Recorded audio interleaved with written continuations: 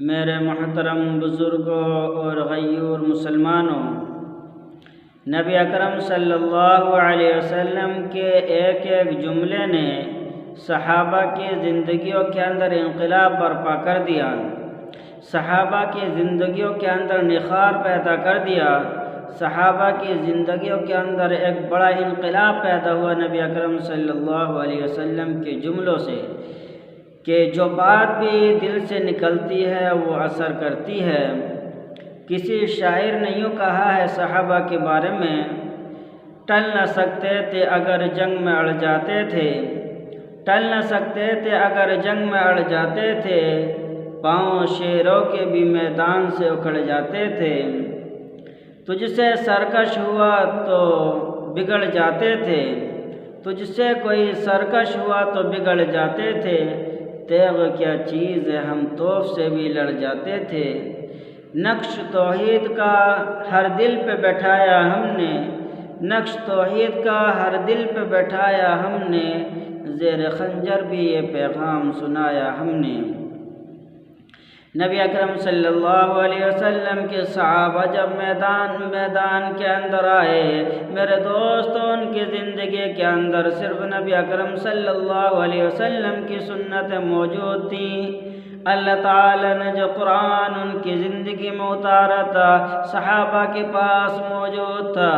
نبی اکرم صلی اللہ علیہ وسلم کی اتنی محبت ان کے دلوں میں تھی کہ اگر نبی اکرم صلی اللہ علیہ وسلم کا حکم آ گیا، نہ بیوی کو دیکھا نہ بچوں کو دیکھا، پہلے نبی کے فرمان کو پورا کرنا ہے، پہلے اللہ کے فرمان کو پورا کرنا ہے، پہلے نبی کے فرمان پر عمل کرنا ہے، پہلے اللہ کے فرمان پر عمل کرنا ہے، پھر گھر والوں کی طرف نظر کرم فرمایا کرتے تھے۔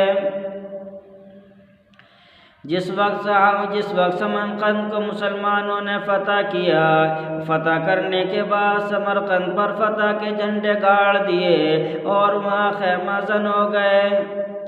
ایک عیسائی جو عیسائیوں کا بڑا گرو تھا کہنے لگا، مسلمانوں نے نبی کے سنت کے خلاف کیا ہے، مسلمانوں نے قرآن کے خلاف کیا، مسلمانوں نے اسلام کے خلاف کر کے سمرقند کو فتح کیا، ہمارے اوپر حملہ کیا اور فتح کے جھنڈے گاڑ دیے۔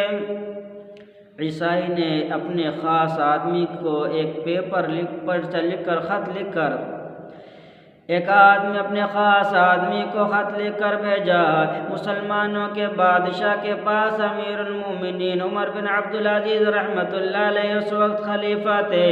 وہ عیسائی خلیفہ کے پاس آیا، دمشق کے اندر آیا، ایک چوراہے پر 4-5 مسلمان کھڑے ہوئے تھے، ان سے آ کر پوچھنے لگا، تمہارے مسلمانوں تمہارے خلیفہ کا گھر کدھر ہے، ان کا مکان کدھر ہے، ان کا محل کدھر ہے؟ تو ان لوگوں نے کہا، جس طرح یہ گلی مڑتی چلی جائے اسی طرف چلے جانا، آخر میں کچا مکان دکھائی دے گا، وہی امیر المومنین کا گھر ہے، وہی خلیفہ کا گھر ہے۔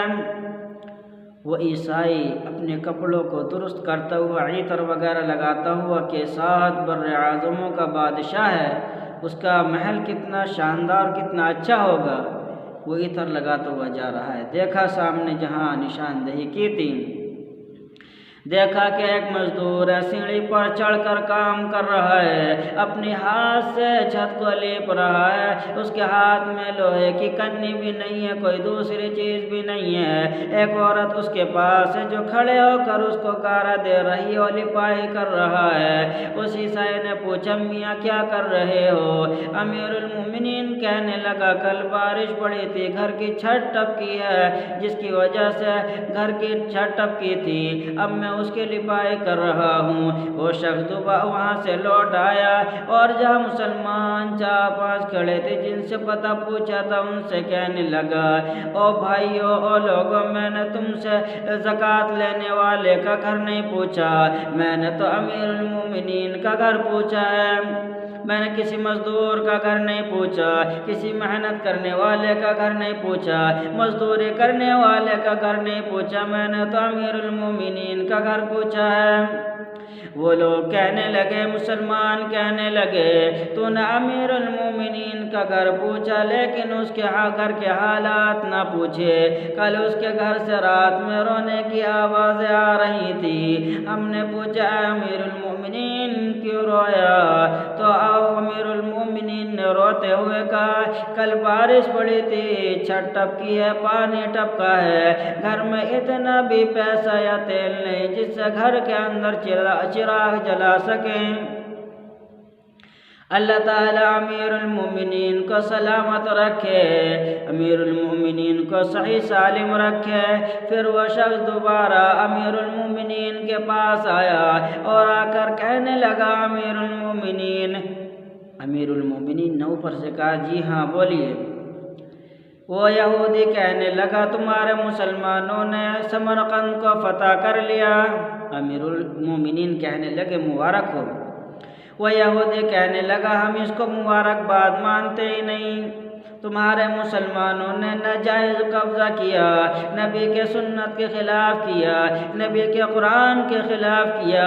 نہ تو ہمیں انہوں نے جنگ کی دعوت دی، نہ ہم سے انہوں نے جزیہ مانگا، نہ اسلام کی دعوت دی، نہ 3 دن کی ہمیں مہلت دی جس سے ہم تیار ہو جاتے، بلکہ ایک دم انہوں نے حملہ کیا، گاجر مولی کی طرح کاٹ کر رکھ دیا اور فتح کے جھنڈے گاڑ دیے۔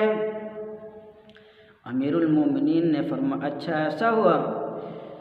فوراً آپ نے قلم منگایا اور جس پرچے پر وہ یہودی لکھ کر لایا تھا اس کو پلٹ کر لکھ دیا کہ امیر کو چاہیے فوراً ایک قاضی متعین کرے، سپہ سالار کو چاہیے کہ قاضی متعین کرے، اور جو انصاف کے ساتھ فیصلہ ہو وہ انصاف کے ساتھ فیصلہ کرے۔ اس یہودی کے ہاتھ میں دے دیا، جا اس کو لے کر چلا جا۔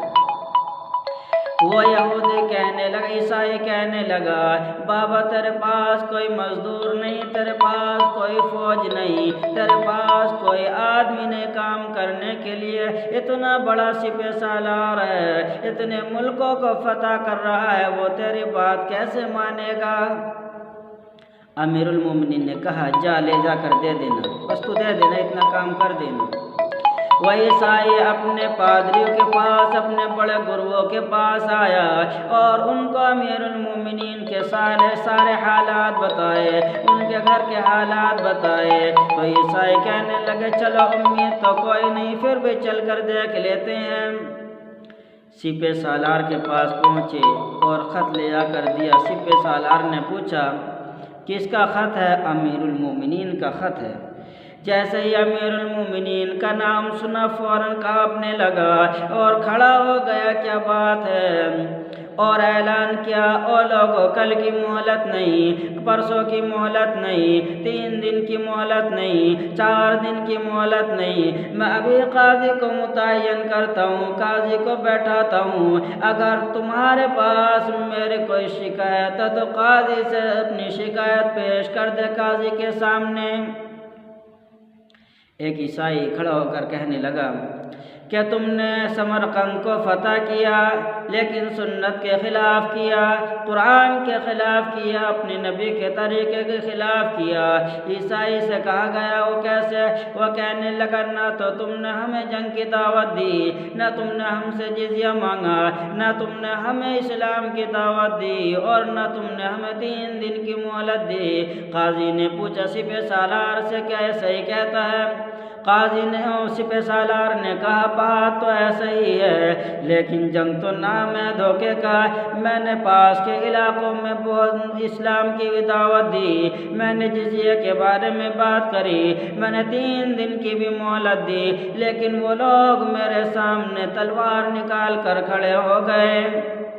میں نے سوچا سمرقند تو بڑے باغ و بہاروں والا ہے، سمرقند کی زمین تو بڑی اچھی اور خوشنما ہے، سمرقند کی زمین تو بڑی فروا ہے، بڑے باغ و بہار والا سمرقند ہے۔ اگر میں ان کے سامنے بات رکھوں گا یہ لوگ مانیے بھی نہیں مانیں گے، اس لیے میں نے موقع کو غنیمت جان کر میں نے ان پر حملہ کر دیا۔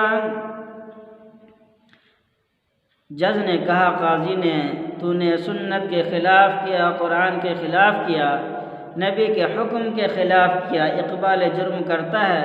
سیپ سالار کہنے لگا جی ہاں مجھ سے غلطی ہوئی، میں اقبال جرم کرتا ہوں، میں اپنے جرم کا اعتراف کرتا ہوں۔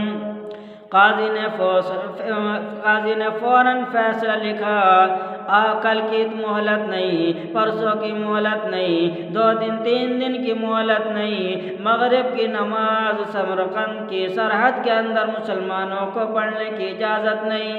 مسلمان اپنے خیمے کو اکھاڑ لو، اپنے فتح کے جھنڈے اکھاڑ لو، میدان خالی کر دو، چرچ خالی کر دو، مسجدیں خالی کر دو اور سرحد سے نکل کر چلے جاؤ، تمہیں مغرب کی نماز سرحد کے اندر پڑھنے کی اجازت نہیں۔